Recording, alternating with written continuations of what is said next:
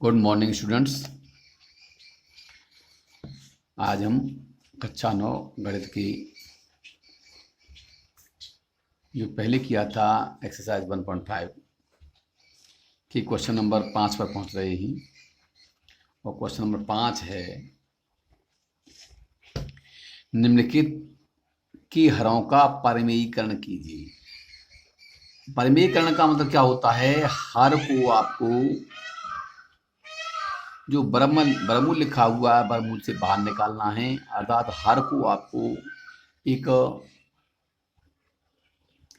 प्राकृतिक संख्या के रूप में लेकर आना है, या प्राकृतिक संख्याओं के जोड़ या घटाव के रूप में लेकर आना है।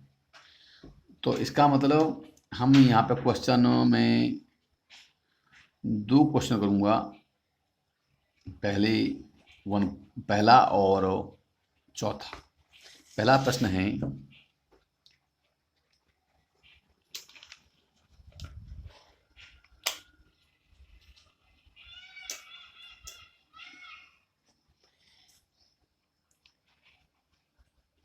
कक्षा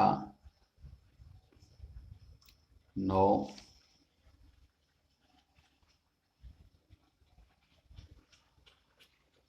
गणित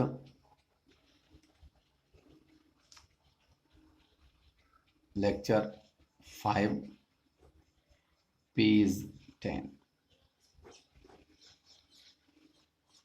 क्वेश्चन नंबर है आपका 5 का फर्स्ट। 1/√7 का परिमेयीकरण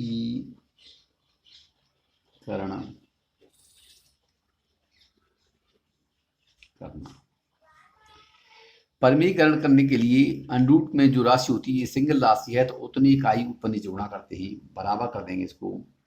1 गुणा √7 बटे √7 गुणा √7, और ये बराबर हो जाएगा √7 बटे 7, और यही आपका क्या हो गया?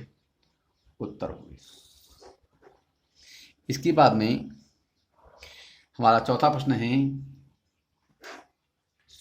क्वेश्चन नंबर 5 का फोर्थ है। इसमें देखा है 1/√7 - 2 का परिमेयीकरण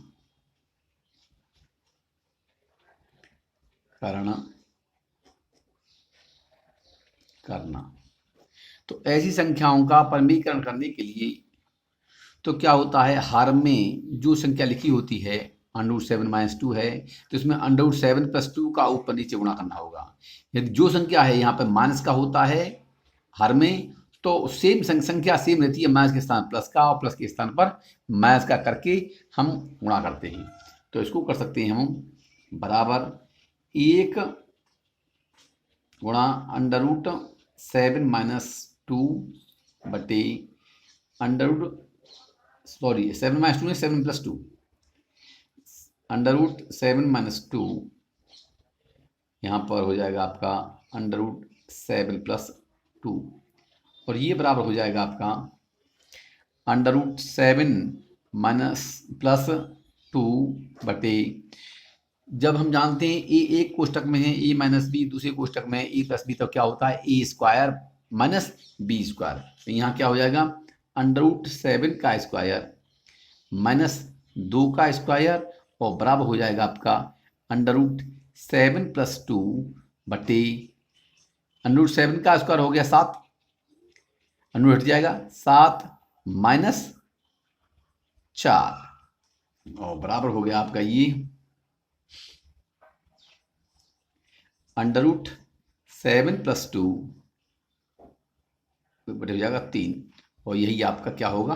उत्तर होगा।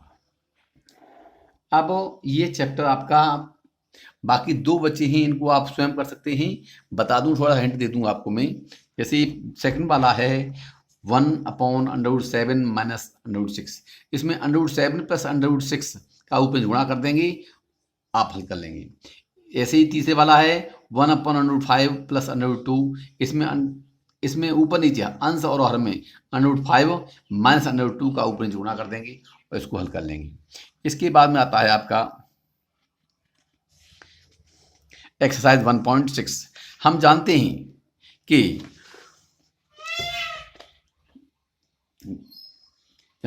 जैसे ए और यहाँ पे बोल दो एम, तो यहाँ पर कहेंगे ए क्या है, आधार है, इसमें ए आधार है और एम जो है ये क्या है, घातांक है। हम जानते हैं गुणा में घातें जुड़ती हैं, जैसे ए की घात एम गुणा बी की घात गुणा ए की घात एन, तो बराबर हो जाएगा ए की घात एम प्लस एन।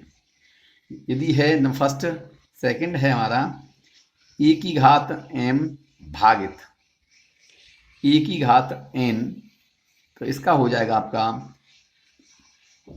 ए की घात एम माइनस एन। गुणा में घातें जुड़ती हैं और भाग में घातें घटती हैं, और जब घात के ऊपर घात होता है तो घातों का गुणा होता है। थर्ड जैसे यहाँ पर है ए की घात एम और की घात कर दूं मैं एन, तो ये हो जाएगा बराबर ए की घात एम इंटू एन। और यदि दो पदों के ऊपर समान घात है तो उनका जैसे फोर्थ कर दूंगा मैं ए की घात एम इंटू बी की घात एम, तो इसको कर सकते हैं ए बी की घात एम। तो इन नियमों का इस्तेमाल करके हम एक्सरसाइज 1.6 को हल करेंगे।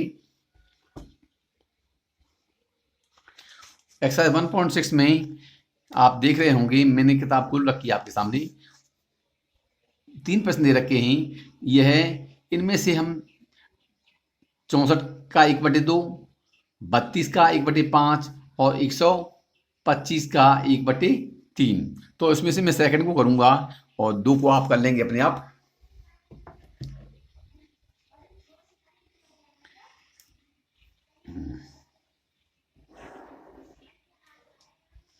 क्वेश्चन नंबर, और ये एक्सरसाइज था आपका 1.5, ये भी एक्सरसाइज था आपका 1.5। अब ये क्वेश्चन नंबर 1 का सेकंड और एक्सरसाइज है 1.6। यहाँ पर है 32 की घात 1/5। इसका मतलब क्या होता है कि 32 के हम 5 खंड करें और 5 में से 1 भाग को लेना। इसका मतलब क्या होता है 32 की घात 1/5 है, तो 32 के क्या है गुणा के रूप में 5 करो और उसमें से 1 भाग ले लूँ, तो बराबर कर सकते हैं हम 2 की घात 5 की ऊपर घात 5 1/5। 2 का 5 बार 2 का गुणा करेंगे तो 5 बार, 2 दूनी 4 दूनी 8 दूनी 16 दूनी 32, तो 32 को 2 की घात 5 के रूप लिख सकते हैं। उसके ऊपर पुनः घात 1/5 है और हम जानते हैं घात के ऊपर घात होता है तो घातों क्या होता है गुणा होता है, तो 2 की घात 5 गुणा 1/5। और हम जानते हैं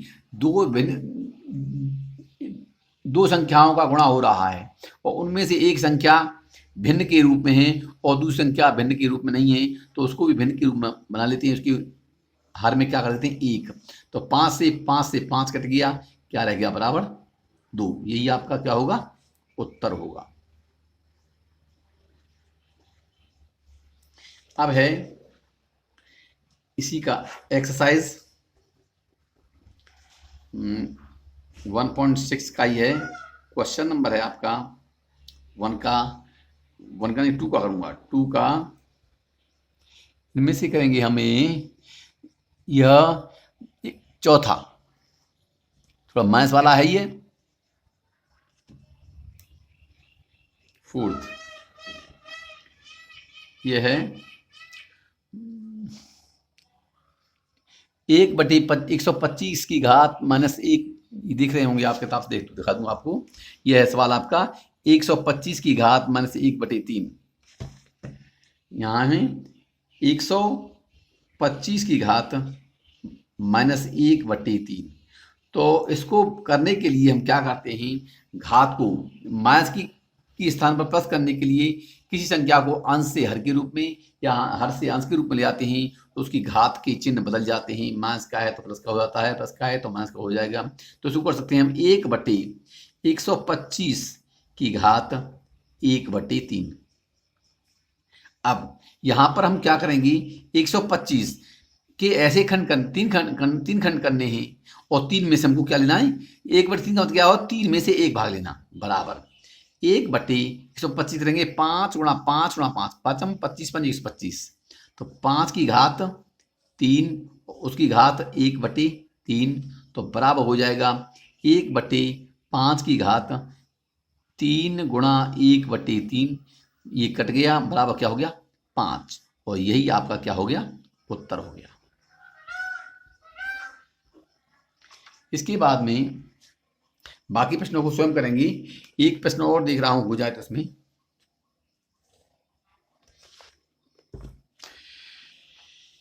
एक प्रश्न है अगला,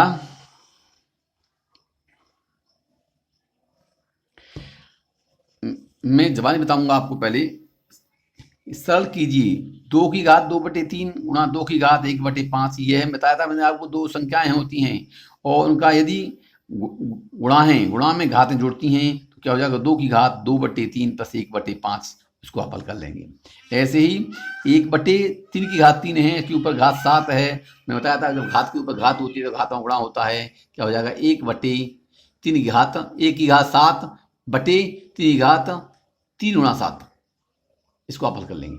इसके बाद में ऐसे ही आपका प्रश्न में है, तीसरा है 11 की घात 1/2 बटे 11 की घात 1/4। तो समान संख्या है, आधार समान है, इसके में 11 है, इसमें भी 11 है, तो भाग में घात क्या होगा, घट जाती है। तो 11 की घात 1/2 माइनस 1/4 हो जाएगा।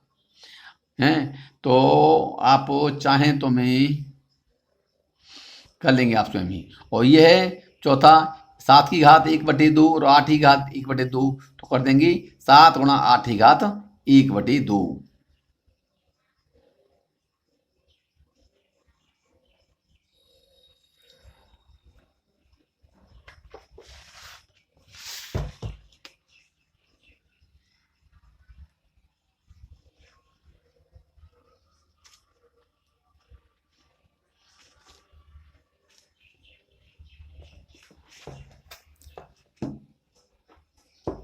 एक चलो, क्वेश्चन नंबर 3 का है, पार्ट है आपका, फोर्थ करता हूं मैं, फोर्थ क्वेश्चन और एक्सरसाइज है 1.6। तो इसमें है 7 की घात 1/2 इंटू 8 की घात 1/2। हम देख रहे हैं दोनों में आधार भिन्न भिन्न हैं, परंतु घातांक समान है, 1/2 है, अतः दोनों को साथ लिख सकते हैं। 7 गुणा 8 की घात हो जाएगा 1/2, बराबर हो जाएगा 56 की घात 1/2, और यही आपका उत्तर होगा। तो बंधुओं, अब ये एक्सरसाइज हम पूरी कर रहे हैं। इसके बाद में हम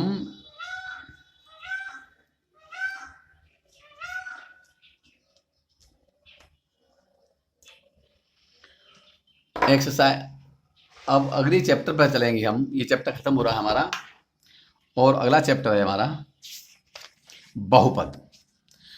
बहुपद, तो इसके पहले ही नेक्स्ट चैप्टर है हमारा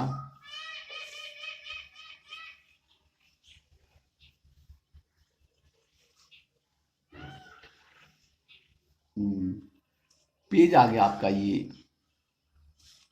पेज का पहले आपका 10 आ गया, पेज 11 L5P11।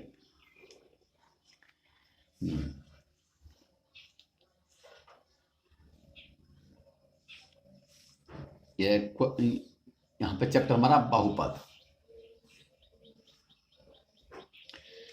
अब बहुपद जानने से पहले हम करेंगे बीजीय व्यंजक। बीजीय,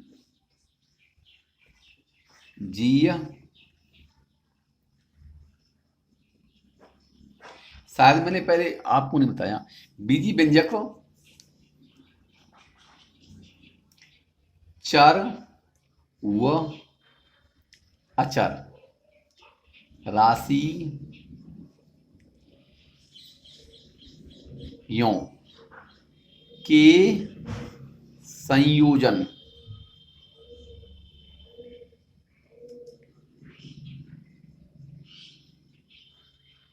से बनने वाला पद बीजीय व्यंजक कहलाता है। चर का मतलब क्या होता है? वह राशि जिसके मान परिवर्तनशील होते हैं उन्हें क्या बोलते हैं? चर बोलते हैं। जैसे एक्स वाई जेड। जिनके मान अपरिवर्तनशील होते हैं जैसे 1 2 3 4, उनको बोलते हैं अचर। अब इनको यदि किसी चर में केवल, किसी बीजीय व्यंजक में केवल एक ही चर है, केवल एक्स ही है, तो उसे कहेंगे एक चर में बीजीय व्यंजक। यदि दो हैं, एक्स वाई है, तो जैसे कर दूं एक्स प्लस फोर, ये क्या है? बीजीय व्यंजक है परंतु एक चर में। यदि मैं कह दूं एक्स प्लस वाई प्लस 4, तो ये क्या हो जाएगा? बीजीय व्यंजक है दो चरों में। इसके बाद में आता है बहुपद। बहुपद वह बीजीय व्यंजक जिसमें चर राशि की घात एक पूर्ण संख्या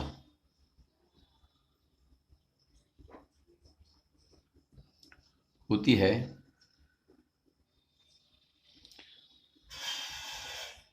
बहुपद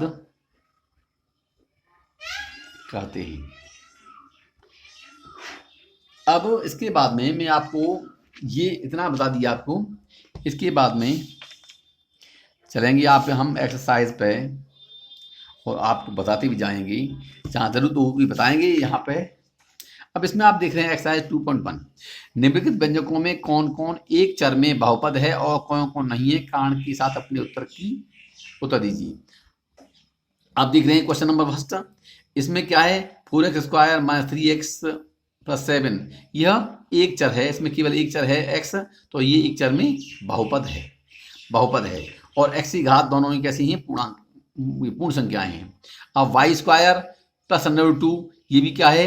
एक चर में y में बहुपद है, y की घात क्या है? 2 है। इसके बाद में 3√t और +t√2। अब यहाँ पे हम देख रहे हैं पहले में t, यह एक चर में तो है परंतु t की घात √, है। √, का मतलब 1/2। 1/2 एक पूर्ण संख्या नहीं होती है, अतः यह बहुपद नहीं है। यह है y + 2/y। अब y को ऊपर ले जाएंगे, हर से हमको क्या है? अंश के रूप ले जाएंगे, तो y घात क्या बन जाएगा इसमें? -1, तो यह बहुपद नहीं है। ऐसे ही x की घात 7, y की घात 3 और t की घात 50, इसमें यह बहुपद तो है परंतु इसमें चर एक नहीं है। इसमें यहाँ पर x है, यहाँ पर y है, यहाँ पर t है, 3 चर हो गई, तो वो कह रहा है एक चर में बहुपद ये नहीं है। इसमें से आप देख रहे हैं हमारा केवल पहला और दूसरा ही बहुपद है, तीसरा, चौथा और पांचवा क्या है? बहुपद, एक चर में बहुपद नहीं है। इसके बाद में क्वेश्चन चलेंगे हम।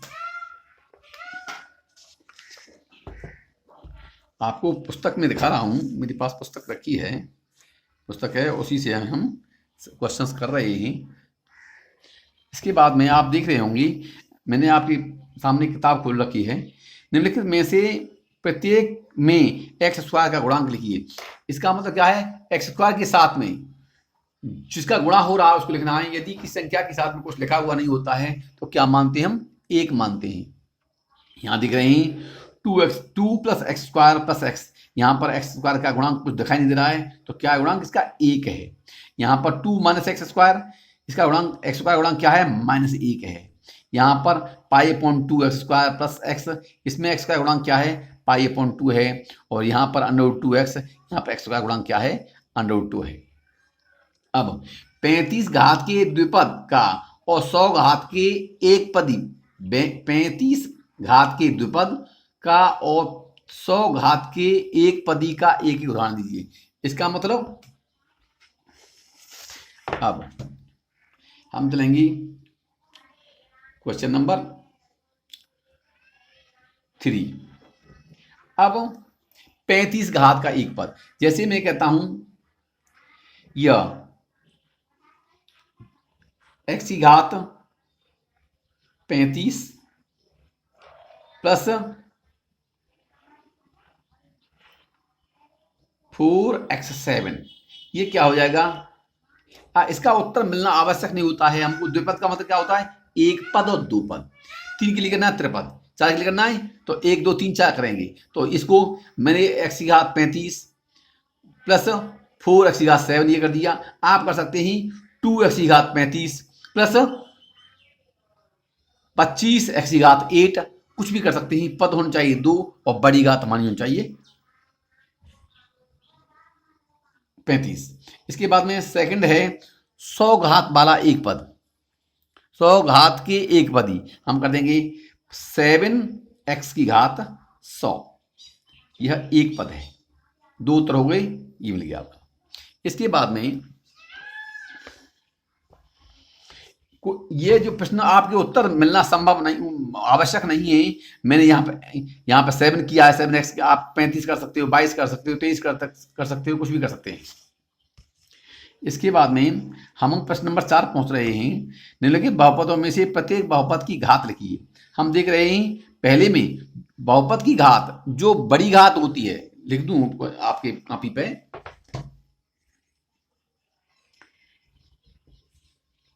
बहुपद की घात किसी बहुपद में चर की सबसे बड़ी घात को बहुपद की घात कहते हैं। इसी क्रम में आप किताब देख रहे होंगे, ये पहला दे रखा है, इसमें x की घात 3 जो है बड़ी है, तो बहुपद की घात क्या है, 3 है। यहाँ पर 4 माइनस वाई स्क्वायर है, तो y घात 2 है, यही बड़ी है, तो क्या है, बहुपद की घात 2 है।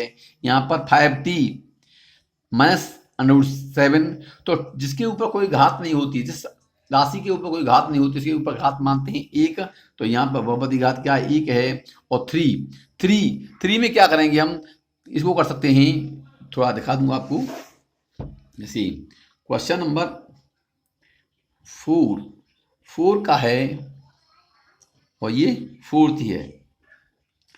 यहाँ है 3 को लिख सकते हैं हम 3 इंटू एक्स की घात 0। अच्छा, जिस संख्या के ऊपर घात 0 होती है उसका मान मतलब क्या होता है, 1। तो यहाँ पर बहुपद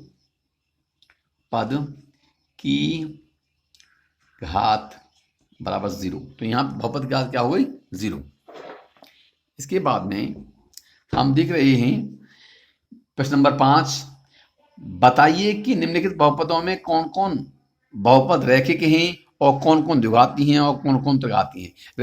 ऐसा बहुपद जिसमें चर की घात केवल 1 होती है उनको रैखिक बहुपद कहते हैं, जिनमें चर की घात 2 होती है उनको द्विघात बहुपद कहते हैं, और जिनमें चर की घात 3 होती है उन्हें त्रिघात बहुपद कहते हैं। हम देख रहे हैं, तो ये एक्स स्क्वायर प्लस एक्स, तो ये क्या है, 2 घात वाला बहुपद है, तो द्विघात बहुपद है। एक्स माइनस एक्स क्यूब, ये इसमें एक्स की घात 3 है, त्रिघात वाला बहुपद है। और Y plus Y square plus 4, ये क्या है, वाई की घात 2 है तो ये द्विघाती बहुपद है। और यहाँ 1 प्लस एक्स, यहाँ पर देख रहे हैं एक्स की घात क्या है, 1 है, तो यह रैखिक बहुपद है। 3t, 3t, यहाँ t की घात भी क्या है, 1 है, ये भी रैखिक बहुपद है। और यहाँ पर आर स्क्वायर, आर स्क्वायर में आर की घात 2 है तो ये द्विघाती बहुपद है। और 7 सवाल में है आपके 7x की घात 3, तो ये क्या है, त्रिघाती बहुपद है। तो ये आपका एक्सरसाइज खत्म होती है। अब पहुंच रहे हैं हम अगली एक्सरसाइज पर। तो अगली एक्सरसाइज को बच्चों हम कल करेंगे, बहुपद की शून्यक आदि। तो तब इसके लिए आप इसका अध्ययन करेंगे और फिर अगली क्लास में आपको हम बताएंगे। धन्यवाद।